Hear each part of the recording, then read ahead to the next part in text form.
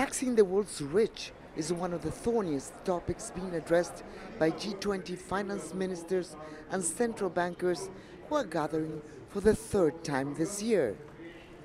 But as the host presiding over this year's meetings, a global tax on the wealthy is one of Brazil's leftist President Luiz Inácio Lula da Silva's principal objectives.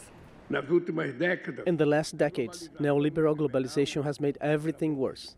Never in history have so many had so little and so few concentrated so much wealth into their own hands.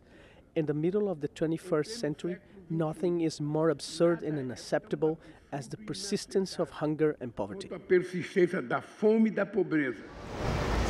A small 2% tax on the world's richest people would generate $250 billion annually to combat poverty and the climate crisis, according to a study based on Brazil's proposal. But reaching a global consensus appears improbable.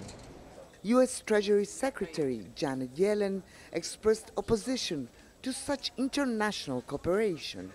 Tax policy is very difficult to coordinate globally, and we don't see a need or really think it's desirable to try to negotiate a global agreement on that.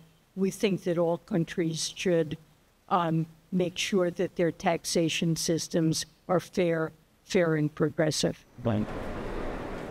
Although they may not agree on all subjects, G20 finance ministers and central bank leaders are expected to announce agreements in principle regarding sharing tax information, banking and climate change, leaving world conflicts to diplomats.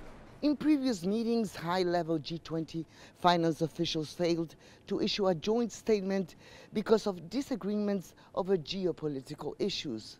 Now the pressure is on to make progress before the next meeting in October, the last before November's final leaders summit. Lucrecia Franco, CGTN, Rio de Janeiro.